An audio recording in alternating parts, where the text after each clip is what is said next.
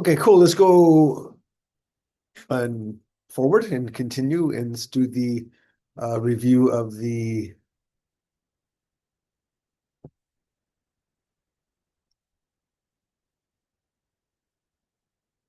infinitive. Infinitive to back here.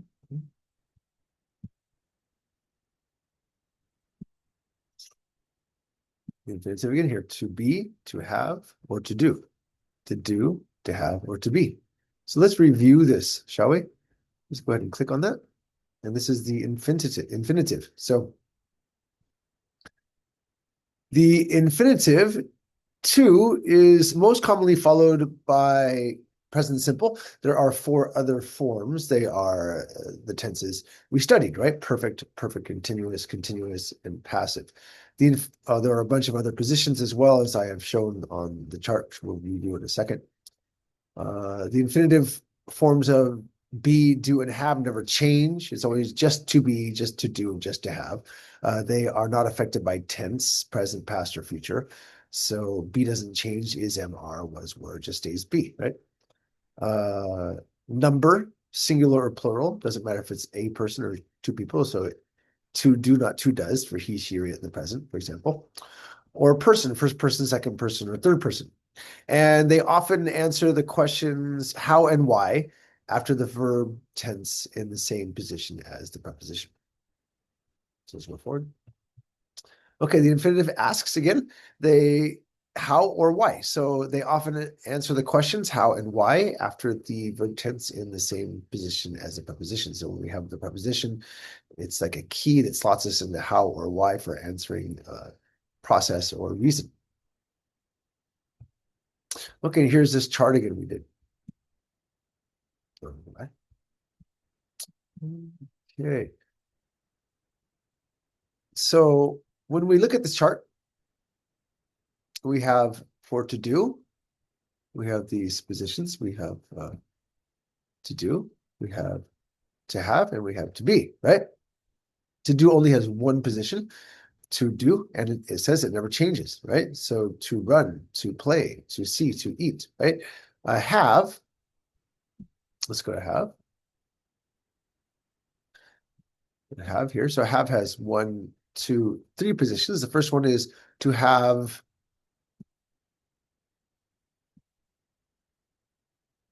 this here, sorry, to have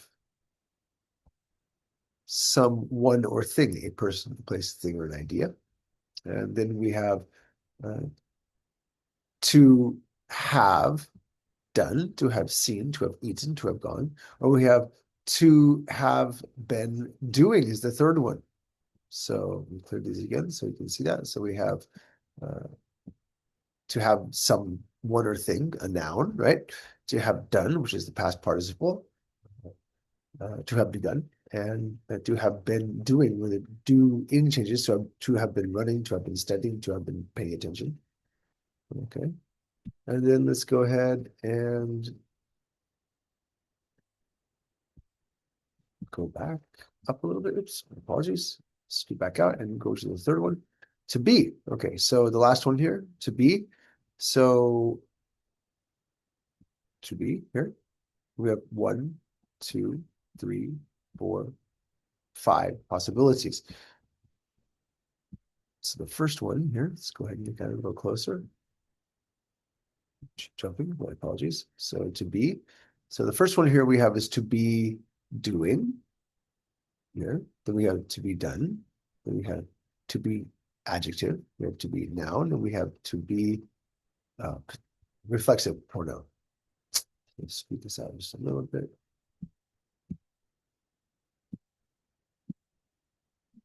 Jumping, my apologies. Here we go. So the first one, let's look at the first one. To be doing. Let's see if I can get this. To be doing. We'll do this first one here. To be doing. So to be doing, to be, in this case, do is what changes, right? And in is static. So to be running, to be listening, to be playing. Then we have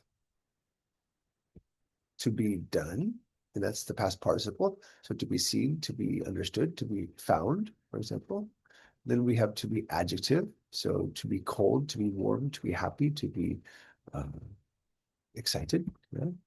Next, we have to be noun. So to be a hero, to be a good student. So here you have all those positions for a noun, the 22 positions.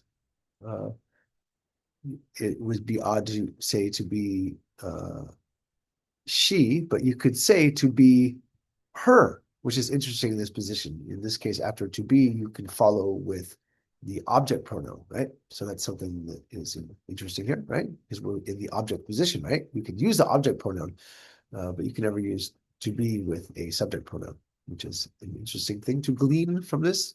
And then the last position we have here is to be reflexive pronoun, to be yourself, or to not be yourself. Okay. So these are all the possible positions you can run with the infinitive. Let's go ahead and go to the next page. We use the infinitive to show why something is done. I talked to him, to make. Here we go. So here's the infinitive. To make him feel better. Why? Why? To make him feel better. When explaining why, it will always follow either an object pronoun or another verb. Okay, so here's the object pronoun here.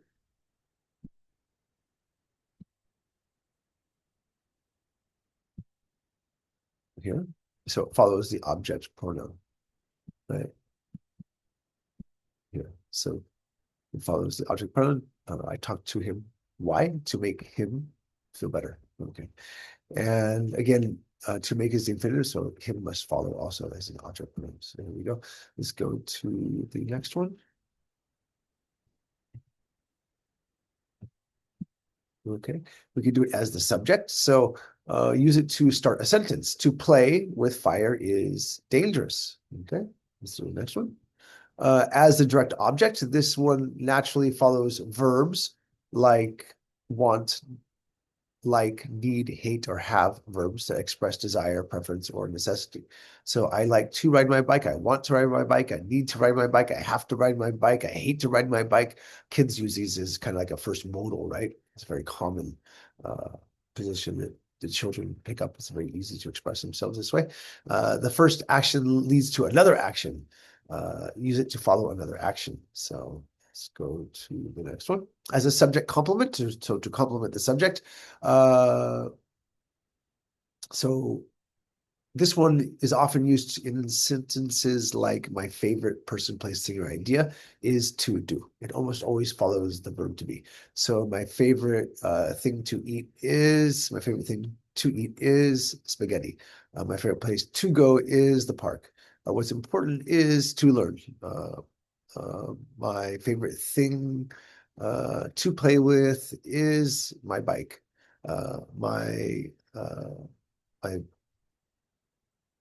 best idea I ever have. My best idea I have is to study. Okay. Um, so yeah, it usually follows the verb to be, right? My favorite thing is, my favorite place is, my best friend I ever had. But this is the way, so that would be a good example. My favorite friend is to play with is, for example. Yeah, in that case it would follow. So let's go to the next one. As an adjective. So the infinitive tells us what something is for.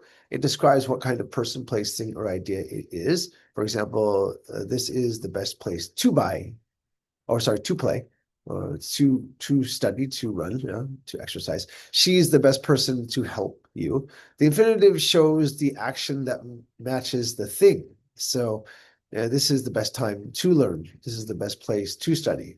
This is the best place to eat. This is the best time to listen. As an adverb, this answers the question why or for what purpose. It can answer the question how someone did something. So we must pay attention to learn. We must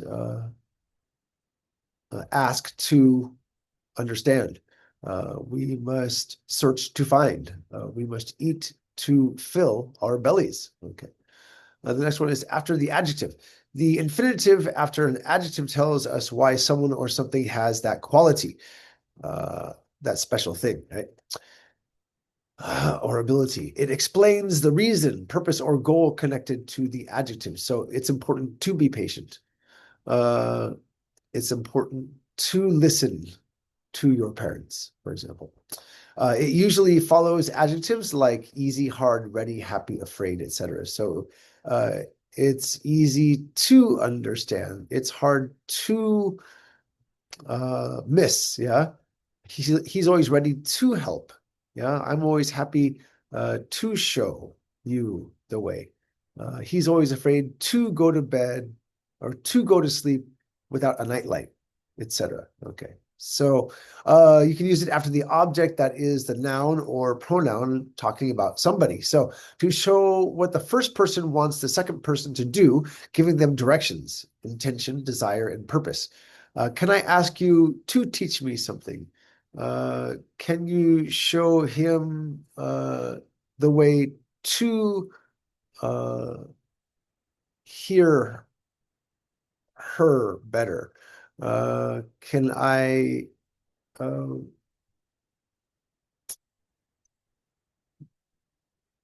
show you the best way to reach him? This kind of thing. Okay, they can be used with questions. This gives the person, thing, place, time, way, or method, or reason to the action being used. We are only going to use the linking verb to do when starting these questions. Do you understand how to follow? Do you understand who to follow? Do you understand who to follow? Do you understand what to follow? Do you understand where to follow? Do you understand when to follow? Do you understand how to follow? Do you understand why to follow?